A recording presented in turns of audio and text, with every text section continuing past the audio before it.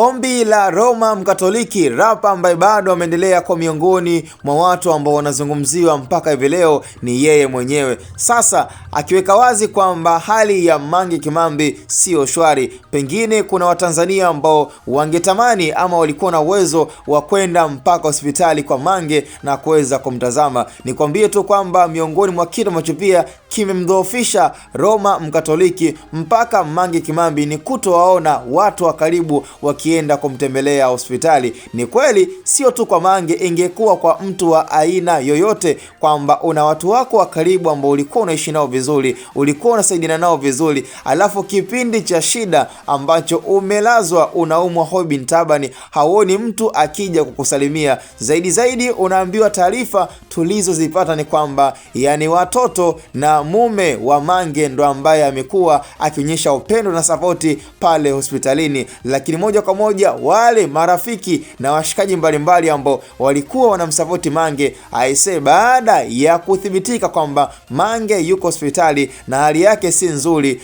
ya upumuaji imekuwa ni changamoto, na hata pia sakata ambayo lilikuwa linaendelea ya kwamba kansa ambayo inamtafuna mwili wake, ambapo mwisho wa siku watu wa karibu ambao wangeenda kumpa moyo, wangeenda kuonyesha the true love kwamba wako sambamba na Mange, jamani, issue imekuwa kidogo ni nzito. Mpaka Roma mwenyewe anakwambia kwamba jamani, kwa wale ambao ni watu wa karibu, aidha wapo Marekani kule, waonyeshe sapoti ya kwenda kumtembelea Mange Kimambi, kwa kuwa kwa sasa yuko na shida yeye na anapitia magumu, na nafikiri kwa sasa ndo wakati mzuri wa Mange kuthibitisha watu wake wa karibu, na hata wale watu ambao walikuwa wanasema kwamba watakuwa naye kwenye shida na raha. Na pia nimekuwa nikiangalia comment mbalimbali za Watanzania, ni kama wamemkatia tamaa Mange Kimambi. Kwa sasa kila Mtanzania hataki shobo, hataki kujihusisha kumsikiliza wala kumpa sapoti ya aina yoyote Mange Kimambi, na asilimia kubwa ya takwimu